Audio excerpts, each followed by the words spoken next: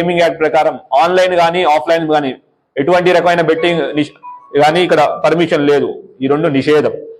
దీంట్లో ఎవరైనా బెట్టింగ్ పెట్టండి, డబ్బులు సంపాదించండి, ఈజీ మనీ రండి అని ఎవరైనా మీకు ప్రోద్బలం చేస్తుంటే వాళ్ళ మీద కూడా కేసులు అవుతాయి, గ్యారంటీ జరుగుతాయి. ఇట్లాంటి ప్రమోటర్స్ కానివ్వండి, లేదంటే ఎవరైతే రన్ చేస్తున్నారో వాళ్ళ మీద గ్యారంటీ కేసులు అవుతాయి, వాళ్ళు పట్టుకోవడం జరుగుతుంది. మీకు అందరికీ తెలుసు, గవర్నమెంట్ దీని మీద చాలా సీరియస్ గా ఉంది. తెలంగాణ పోలీస్ ఇంకా సీరియస్ గా ఉంది. ఆల్రెడీ ఒక ఎస్ఐటి, ఒక ఐజీ ర్యాంక్ ఆఫీసర్ నేతృత్వంలో ఎస్ఐటి కూడా ఒక ఫామ్ చేసింది, స్పెషల్ ఇన్వెస్టిగేషన్ టీమ్. నిజామాబాద్ లో స్పెసిఫిక్ గా ఇటువంటి బెట్టింగ్ రిలేటెడ్ యాప్స్ కానీ బెట్టింగ్ రిలేటెడ్ ఇష్యూస్ కానీ ఉంటే దాని మీద స్పెషల్ ఫోకస్ పెట్టాం.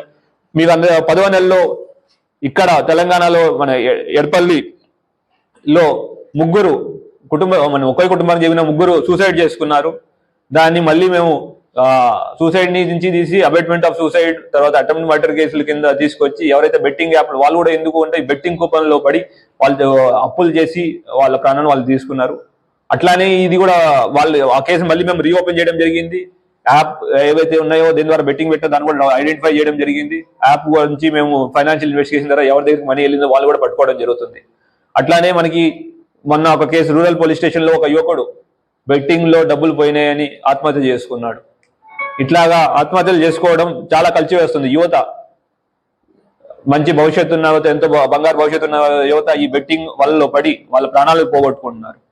ఒకవేళ వాళ్ళు ఎందుకు ఆత్మహత్య చేసుకున్నారని మేము స్టడీ చేస్తే ఏమైందంటే వాళ్ళకి ఇది అవమానం ఫీల్ అయ్యి, లేదంటే ఎవరైనా చిన్న చూపు చేస్తారని ఏదో ఒకటి ఆ భావన వల్ల వాళ్ళు ఆ ఎక్స్ట్రీమ్ స్టెప్స్ కి వెళ్తున్నారు. ప్లీజ్ పోలీస్కి ఇంటిమేట్ చేయండి. ఎటువంటి ఇందాక కేసుల్లో కూడా మేము ఎక్కడ ఎవరైతే విక్టిమ్స్ ఉన్నారో వాళ్ళ పేరు ఎక్కడ డిస్క్లోజ్ చేయట్లేదు. ఫర్ వెరీ మెయిన్ రీజన్ వాళ్ళ యొక్క ఐడెంటిటీని కాపాడాలి. వాళ్ళు బయటకు వచ్చి చెప్పినందుకు మేము వాళ్ళకి సహాయపడాలనే ఉద్దేశంతో వాళ్ళ ఐడెంటిటీని మేము ఎక్కడ రివీల్ చేయట్లేదు. అట్లానే ఎవరైనా ఈ బెట్టింగ్ కూపన్ లో పడిపోయి ఉన్నారు అనుకుంటే ప్లీజ్ మాకు ఇంటిమేషన్ ఇవ్వండి, లేదంటే మాకు పోలీసుని రీచ్ అవ్వండి. 1930 కానివ్వండి, డైల్ 100 కానివ్వండి, లేదంటే లోకల్ పోలీస్ స్టేషన్ కానీ రీచ్ అవ్వండి. మేము విల్ ప్రొటెక్ట్ యువర్ ఐడెంటిటీ. అట్లానే మిమ్మల్ని మోసం చేసి ఈ బెట్టింగ్ యాప్ లో వలలో లాగిన వాళ్ళని గ్యారంటీ వాళ్ళ మీద యాక్షన్ తీసుకోవడం జరుగుతుంది. అట్లానే తల్లిదండ్రులు కూడా విజ్ఞప్తి, మీ పిల్లలు ఎవరైనా ముభావంగా ఉన్నా కానీ, లేదంటే ఇంకెన్ని ఏదో రకంగా వాళ్ళు బిహేవ్ చేస్తుంటే కూడా ప్లీజ్ పిల్లలతో మాట్లాడండి.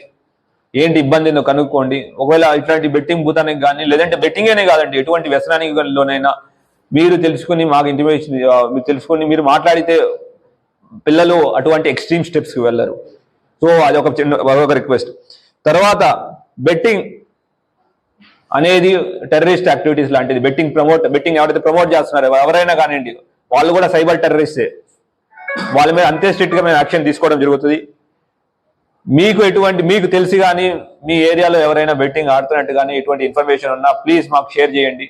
వాళ్ళ మీద స్ట్రిక్ట్ యాక్షన్ తీసుకోవడం జరుగుతుంది. అందులోనూ మేము sections normal gaming act sections తో కాకుండా వీటిని బెట్టింగ్ ని ఆర్గనైజ్డ్ క్రైమ్ కింద మేము ట్రీట్ చేస్తున్నాం. దానికి అనుగుణంగానే సెక్షన్స్ పెట్టడం జరిగింది. సో ఎవరైనా ఈ బెట్టింగ్ ప్రమోట్ చేస్తే వాళ్ళ గ్యారంటీ జైలు పోవడమే కాకుండా ప్రాపర్టీ ఏదైతే సంపాదించారో ఇదంతా జప్తు చేయడం జరుగుతుంది.